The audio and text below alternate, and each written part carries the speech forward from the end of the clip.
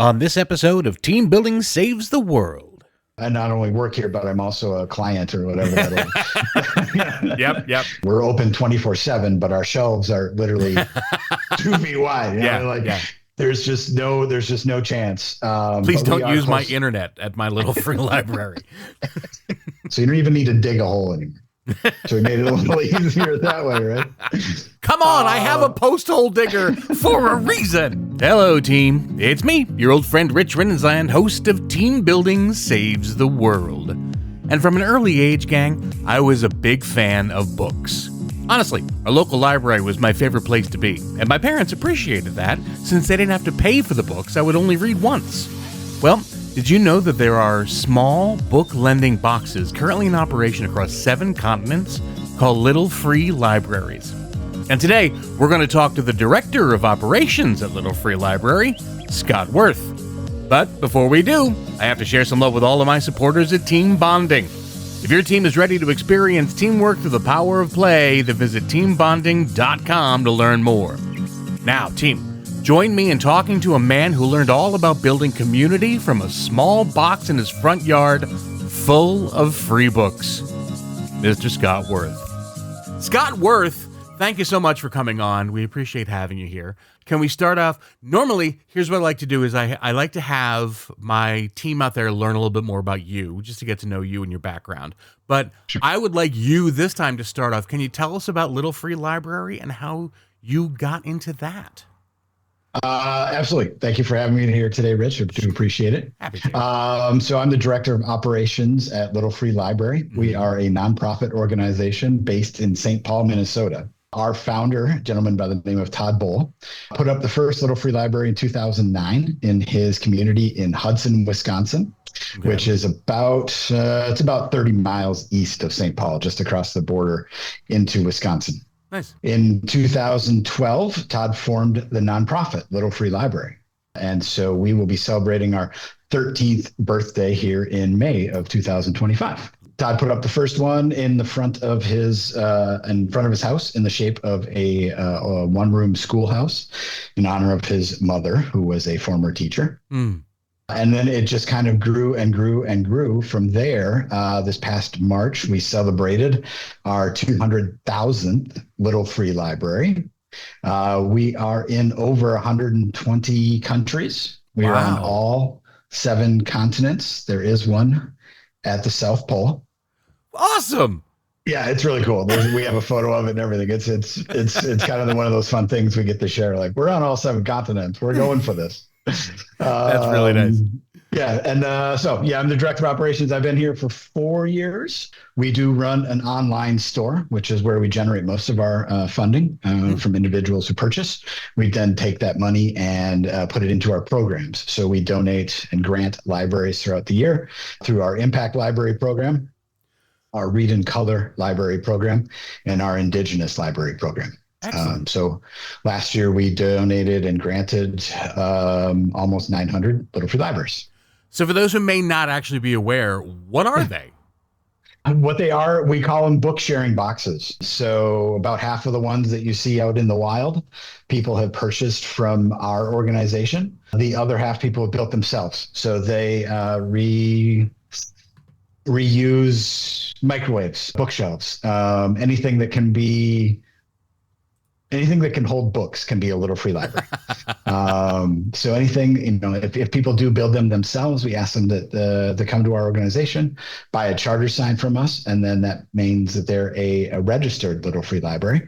Okay. Opens up some opportunities for them, but they can put their library on the map. They get their own individual charter sign, and it goes to creating the community that we're all about trying to create. Mm. And can I ask, what do penguins like to read? What do penguins like to read? We don't know. Penguins are at the South Pole. We don't know. I mean, because it's the research facility, right? So is it just filled with? Okay. Is it just filled with like science books, or is it the complete other end of the spectrum? And it's. So what is the methodology of it? How is it unique compared to like going to an actual like public library? Clearly, it is all volunteer. Oh, sorry, Rich. No, I was going to say clearly it's a small box that is set out full of books. It's all volunteer led. It's Okay. all driven by the individuals that choose to do this. We have public library systems that have their own network of little free libraries. Hmm. We have civic organizations that have their own networks of little free libraries. We've got suburban houses that, I mean, that's kind of where it started. It's just an individual person that wants to do this in their community. And that's really what we have found through our steward surveys is that putting one of these boxes in your community creates a greater sense of community within those people living in that area. You stop, you look, you see what kind of books are in there. Someone else stops. Now you're talking to that person. You may have never seen them before, but you live a block away from them or something. And all of a sudden it creates this sense of community within your neighborhood. And finding a good book that you've never read before and it doesn't cost you anything, that's a great feeling. And then you don't have to put one in there. Yeah, I was about to say, if you have books the working philosophy is take a book, leave a book. If you've got one to leave, sure, but you're more than welcome to take one. You don't have to. You don't have to put one back, or the next time you come, only put 4 in there and don't take any out. It's really just it's all volunteer led. It's all community based. There are no parameters. There are no rules around what you can and cannot share. So hopefully people have fun with it. Yeah, great. Can you give me like a good example, like an actual story of this sharing spirit that you get from the Little Free Libraries? Anecdotally, I can share a personal story because obviously Please. I not only work here, but I'm also a client or whatever that is. Yep. Clearly not the commercial that it was intended for. So I do have a Little Free Library in front of my house, and when you first put it up, you want to check it all the time, make sure is anybody taking anything out of this? Right. Does it really work? But yeah, that first time that like a child from down the street that I live in South Minneapolis, there's people on my block that I've never met before, which is shocking to some people, right? But we live in an urban area, and you don't always get to meet your neighbors. True. Seeing the child come up and open up the library and take out a book, and show it to their parent and say, "Can I have this?" And the parent not really realizing well, I don't know. I mean, taking something for free doesn't really seem right. Right.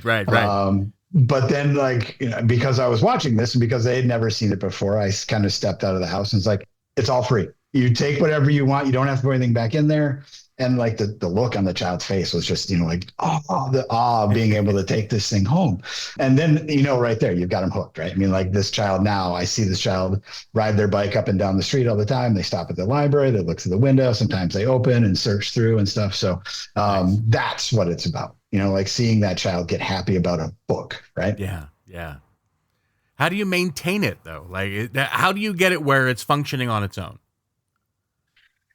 I mean, you just put it in the ground, really. I mean, as long as there are books in it, it's basically what it's doing. Book supply is a challenge for some individuals, for sure.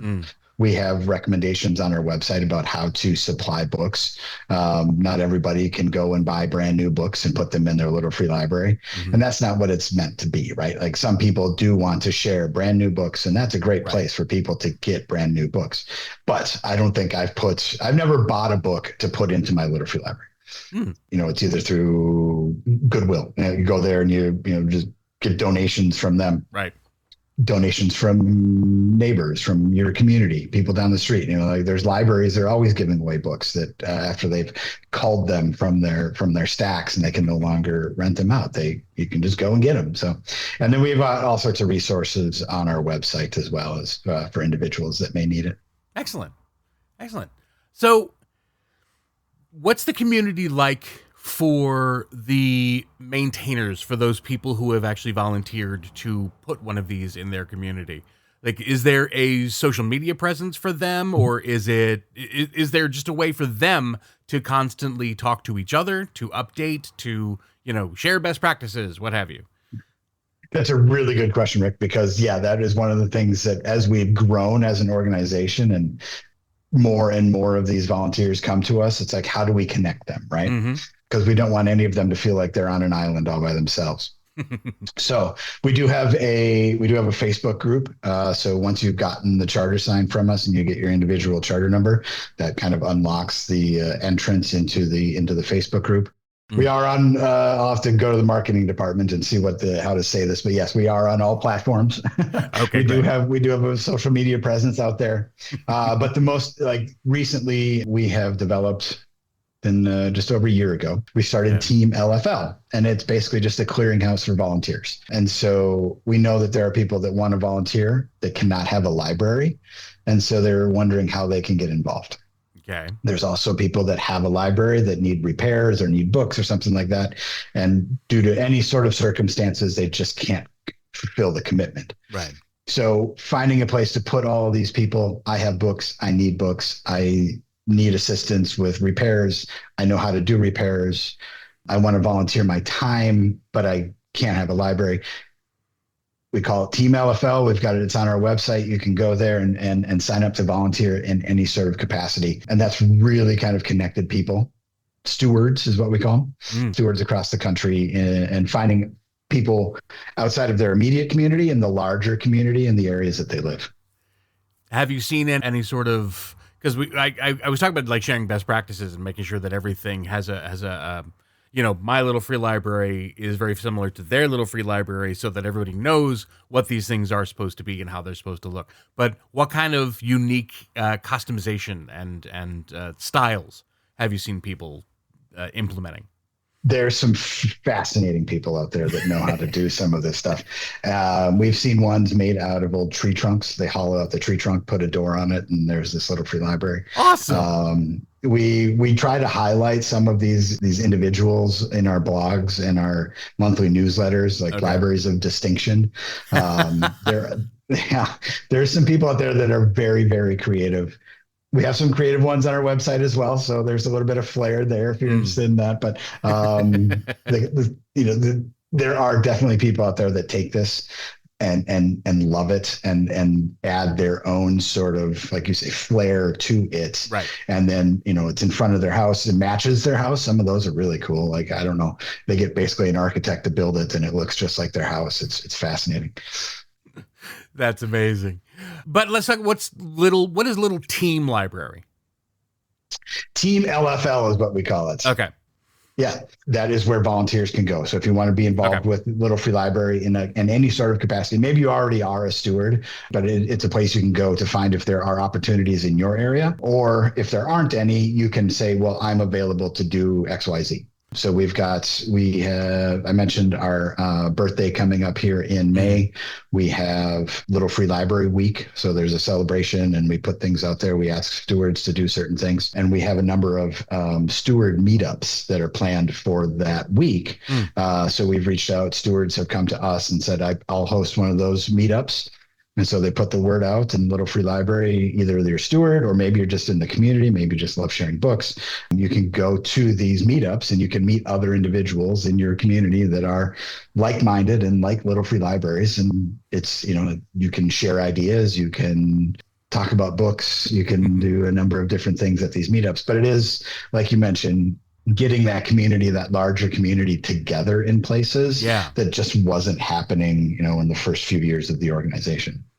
But what are some methods that these people use to do so? I mean, the hardest thing that it seems to be happening nowadays is simply that ability to not even know who your nearest neighbors are, but to reach out to the larger community around you.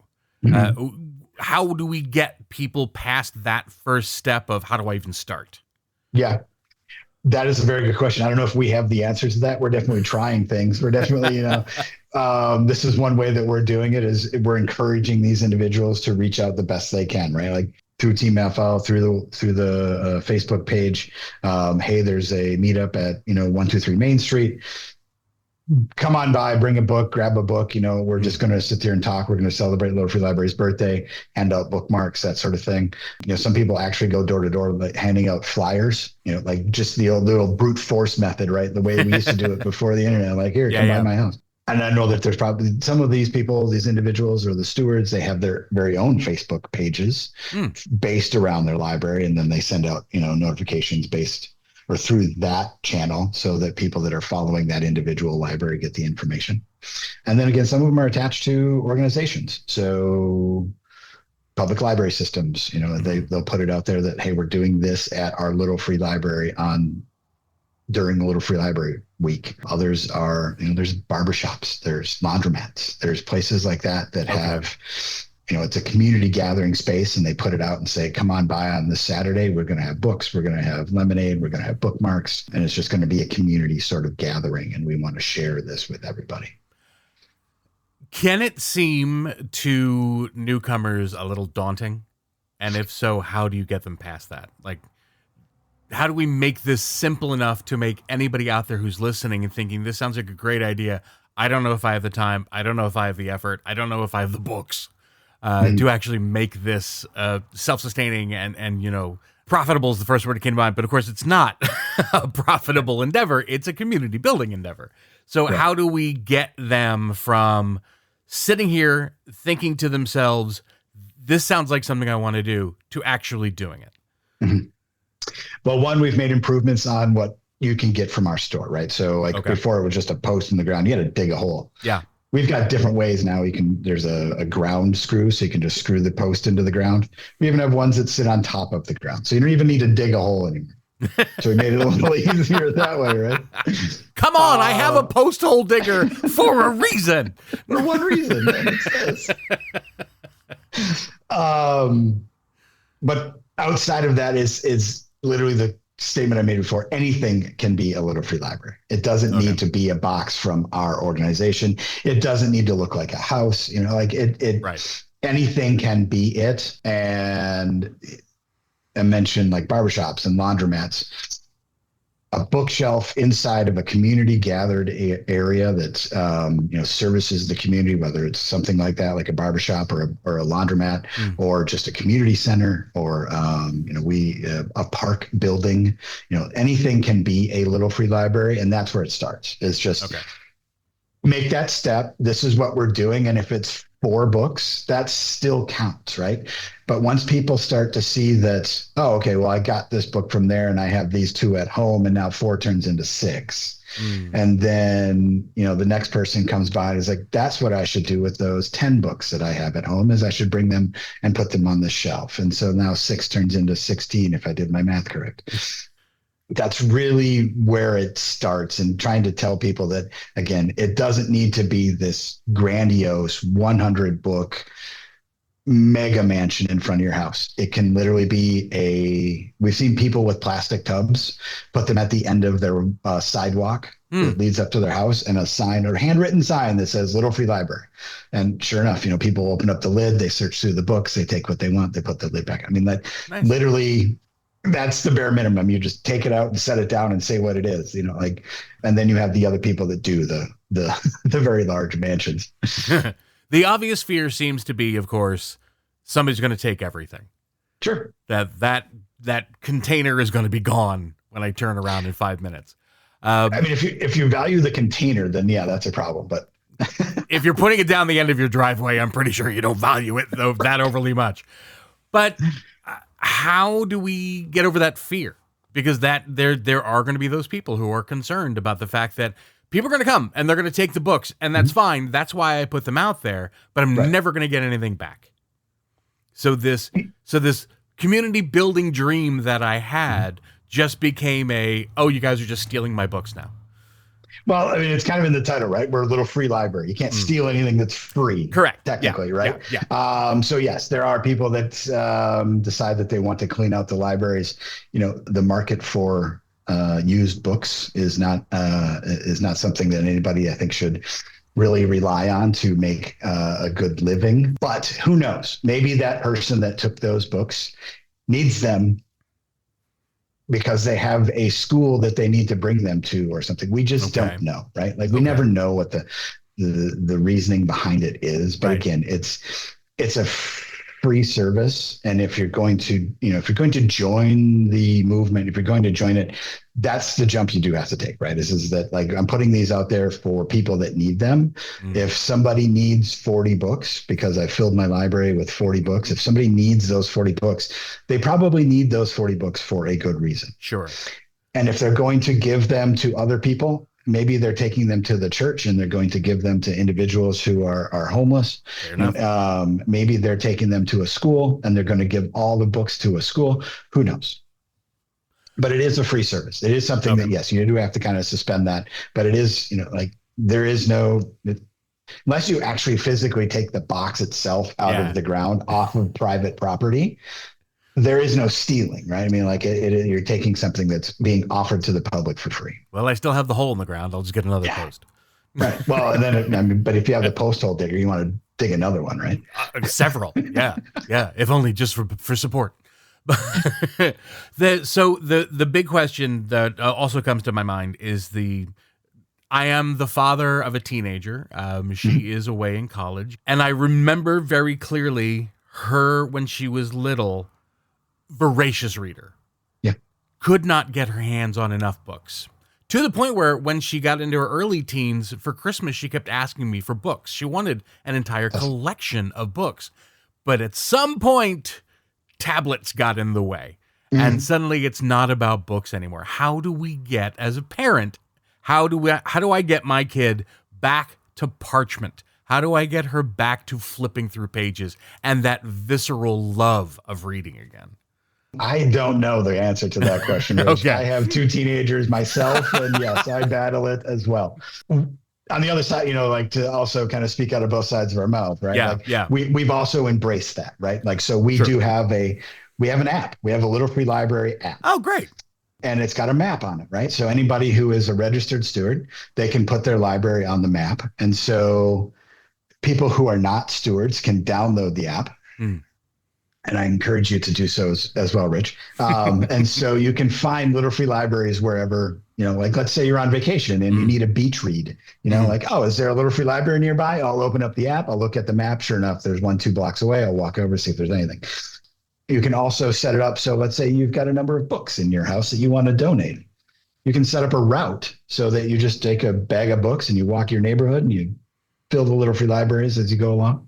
But we've also, with that app, right, we've reached out to public library systems, school systems, that sort of thing, and said, look, we have this tool and we have these boxes in your community. Is there any way that we can help you so that as Rich is walking down his neighborhood and he sees a Little Free Library, on there is a QR code.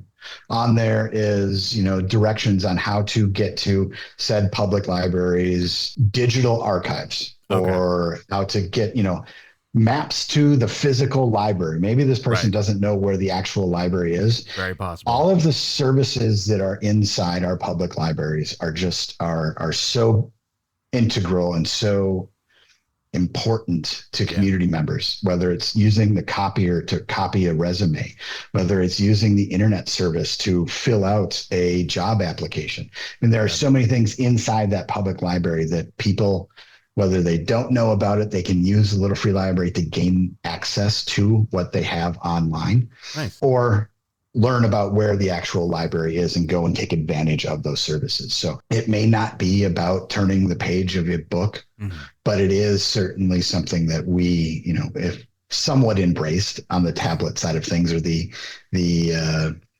electronic side of things, if you will, that we know we have to embrace it. We have to go forward with it. And that's the way that we see connecting people to those places that those services are available. I was going to ask if there was ever an occasion where a Little Free Library was headbutting or getting headbutted by the local public library, or has it always been kind of we just work hand in hand because all we're trying to do is get reading material out to the masses? In the beginning, there was definitely some of that. There was some like, you're trying to put libraries out of business. Like, no, we're never going to ever be able to do that. Right. We're open 24/7, but our shelves are literally 2 feet wide. There's just no chance. Please don't use my internet at my Little Free Library. We are, yes. So recently, not recently, for a number of years now, we have been able to kind of bridge that divide. We go to the American Library Association conference every year. There's a sub-conference called the Association of Bookmobile and Outreach Services. Awesome. So it's basically all the people that work inside of libraries that do the outreach services. They go out into the community, bring out all the stuff. Majority of them use Little Free Libraries, utilize the ones that stewards have put up inside of their communities. Okay. And know that, like they can leave information in there and people in the community are going to find it. If a bookmobile comes out and it's there for like 1 hour and it's sharing books with the kids, but you can't make it for that 1 hour and the bookmobile leaves, you can leave, that material inside of the library and the individuals can come to it and grab it from there. Very nice. Very nice. Yeah. Because, yes, that's also part of the community, isn't it? Right. I mean, and the library, sure. I can remember back in my day where the local library, and I was from a very rural town in South Jersey, where the local library was the center point for a lot of the community activities. Yep. So, good. Yep. Now, let's get a little more personal with you, Scott, if you don't mind. What made you decide this was what you wanted to do? That this is where you wanted to go, that you enjoy this enough that you wanted to make this your life? For 30 years, our family owned a moving and storage company. So it was from beginning to near the end when we sold it, went from just collapsing boxes to running it, we ended up selling it in 2019. We all know what happened in 2020. And so when we sold it, I was looking for work. I don't recommend looking for employment during a pandemic. It's kind of difficult. I cannot tell you how many times guests have said the exact same thing. I imagine. Yeah, I imagine. But silver lining, I spent a number of hours thinking about what I wanted to do because now I had this opportunity, right? Like I wouldn't say I was forced, but there was coercion into you must do this for the family business, right? Mm-hmm. But I did enjoy it, right? I'm not saying I didn't. I enjoyed working with my family and very close with all of my family members. But silver lining, I was able to kind of think what I wanted to do, and this opportunity presented itself at the most opportune time, and it really did fit with what I have always wanted to be in the nonprofit sector is what I realized while I was sitting there looking for employment. And it just really did work out because it's a combination of what I did do, run a small business. Sure.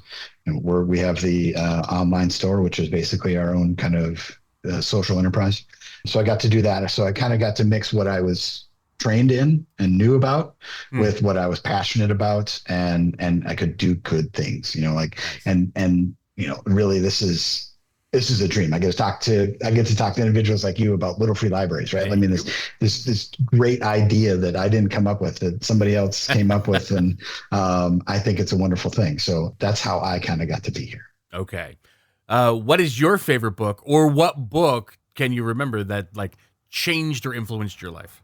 We just recently read, not recently, but a few years ago, we read Blackbirds in the Sky, and it's about the Tulsa race riots. And it's this part of history that we never learned. And so learning about it was just, what else is there that I didn't learn about when I was growing up? It just kind of, it was one of the most recent ones to kind of unlock that little thing in my brain. Like, oh, there's so much more out there that I just don't know about. And I need to discover what I don't know. But books like that are what kind of get me going, is like, oh, I never thought of that, or I didn't hear about that. And so I need more. I don't have one from childhood that I remember. Trying to think if there's one, Where the Red Fern Grows is probably the one that made me cry the most. That's good. Hey, being able to express emotionality, that's an important part. Okay, so you've said how Little Free Libraries are on 7 continents. If you could have one somewhere where it's not yet, where would it be? I think it'd be cool to have one on the lawn of the White House, but nobody can get there. Yeah, right. You're not allowed to walk into it. Like it's way over there behind that fence. Yeah. That would be one place that's just kind of obvious, but I can't think of anything other than that kind of. Oh, I know. So according to on our map, we don't have one in Greenland. So when you look at our map, and it's all like kind of like color coded and stuff like that, and there's this big chunk of land that doesn't have a Little Free Library on it. It's like, why don't we have one in Greenland? So Yeah, getting one on Greenland is kind of is where we want to. Nice. I was going to say, how about the moon? Have the astronauts bring one and just leave it right there on the moon. That would be awesome. I don't know how books will do in the vastness of space, but who knows? Who knows? Let's find out. We need to find out. All right. So all I can think of right now is somewhere out there, a team member of mine is listening, and they're thinking that they want to blend purpose with their everyday life. Can you give that person any advice as to how they can make what you do, that idea of giving back and of sharing, a part of their life?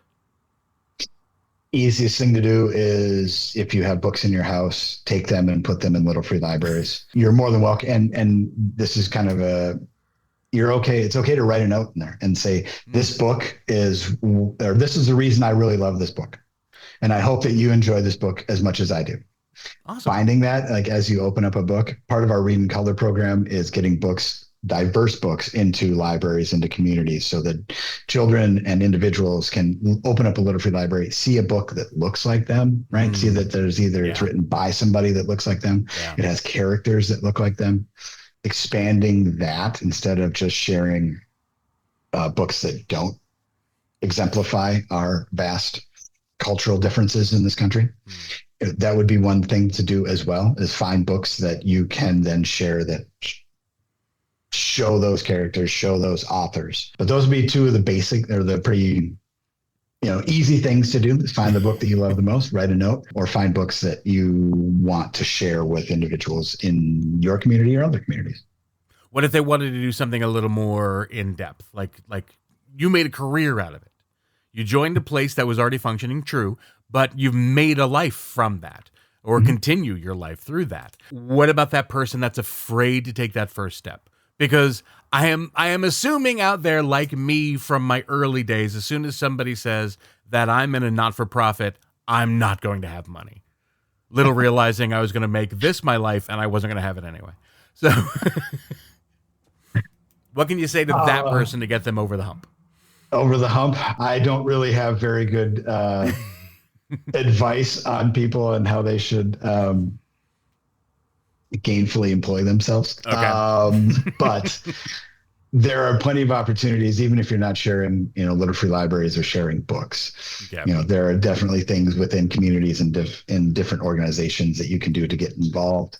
Who knows where it leads, right? I mean, like, I'm very big about connections. Like, don't be afraid to make a connection with somebody at any spot. If you're standing in line at the grocery store and you're uncomfortable talking to people, if there's somebody behind you, just strike up a conversation with them. Who knows? You might know them. There might be somebody that that they know. Mm-hmm. There might be a job opportunity out of that conversation that's you just never know. So I'm huge about creating connections. In fact, I was at a training earlier this week, and I met an individual, or a gentleman, and as we got to talking, he lives in a house a block and a half from where I live. And had never seen each other walking around the neighborhood. But it's like, hey, I'm the house with the little free library. So stop on by, take a book, and if we meet, we'll say hi. So but just striking up that conversation. Now I feel more connected to my community because I met a gentleman that was in my community. So you never know. You never know where those connections may come from. Fantastic, Scott. Thank you very much. My team out there, give a big round of applause for Scot Wirth, everybody. I always say everybody should have their own personal applause track just to go with them everywhere they go. I think a walk-in song like that. I always wonder what my walk-in song would be. Like if I open up the door to the office every morning and start playing. Well, how about what we should do is set up little free libraries. When they open the door, there's applause. Yeah. That goes on. I love that idea. Okay, so here's what we're going to do, Scott. I hope you're enjoying yourself so far, are you? No, this is great. Yeah, no, I'm a little nervous about the 60-second. Yeah, because we're there, buddy. Don't need to be nervous anymore. It's upon you. It's time for the speed round. All right. Just to let you know what this is, Scott, as a reminder, because we already discussed this, but I'm going to tell you again. This is going to be 60 seconds. I'm going to play some music. That just keeps me in track of the time. It lets me know where we are in it. I'm going to ask you a series of completely innocuous questions. The objective is to get to not only know you better, but to see how many questions we can actually answer in 60 seconds. So you are aware, right now we have just had a new total that just came up. We were stuck at 15 for like a year and a half. Somebody just did 17. Okay. So if you're feeling competitive at all, by the way, you don't have to be competitive about this. It's absolutely fine to just answer the questions and have fun. Okay. All right. So when you're ready, I'm going to play some music, and away we go. What's your name? Scott. How many kids do you have? 2. Which one's your favorite? Not answering that. That's a very different answer. Okay, if you could work remotely from anywhere in the world, where would you choose? I'll go with the Bahamas. Most memorable concert experience? Paul Westerberg State Theater, Minneapolis, Minnesota. Awesome. Pancakes or waffles? Pancakes. What's your first job? Oh, what was my first job? I was a caddy at a country club. What is your go-to karaoke song? Don't have one. Okay. If you could, what was the best career advice you've ever gotten? Make connections. Share the most unusual hobby you've ever had. Ooh. Wow. I don't have any hobbies. Not a problem. Video games. Okay. If you could be any fictional character for a day, who would it be? Okay. Not a problem. That's 11. Harry Potter, I guess. I don't know. Hey, that's fine. That's fine. You know what? Some people might want to be Voldemort. Who knows? Yeah, Harry Potter is a good choice. I'm halfway to the look. So. Keep your nose. That's all I can recommend. Scott, thanks again, man. We had a great time. Thank you so much for coming on and telling us all about Little Free Libraries. Ladies and gentlemen, one more time, give it up for Scot Wirth.